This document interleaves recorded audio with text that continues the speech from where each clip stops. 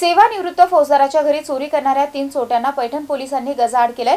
एका महिन्यापूर्वी पैठण येथील सेवानिवृत्त फौजदार यांच्या घरामध्ये चोरी करून चोरट्यांनी जवळपास 5 तोळ्यांचे दागिने लंपास केल्याची घटना घडली होती। आता या आरोपींना पोलिसांनी ताब्यात घेतलंय आणि मुद्देमाल देखील जप्त केलाय।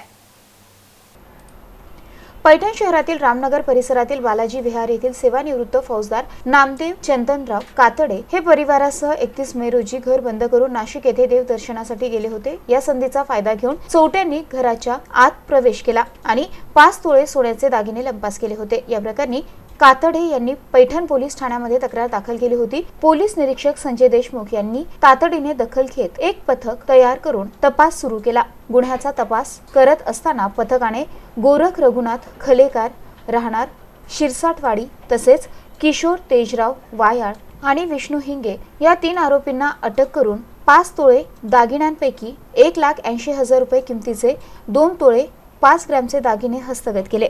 गौतम बनकर, MCN न्यूज, पैठण।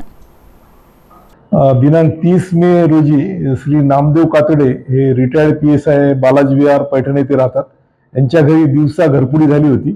तिथं आम्ही CCTV फुटेजच्या आधारे तिथं आरोपीची माहिती घेतली, परंतु आरोपी ट्रेस होत नव्हता। त्याच्यानंतर आरोपी नगर जिल्ह्यात पकडला गेल्याची माहिती मिळाल्यानंतर आमच्या टीमने त्यांना ताब्यात घेऊन त्यातील 3 आरोपी निष्पन्न केले आणि त्यांच्याकडून जवळपास 2.5 तोळे सोनं 1,80,000 रुपयाचे सोनं जप्त केलेले।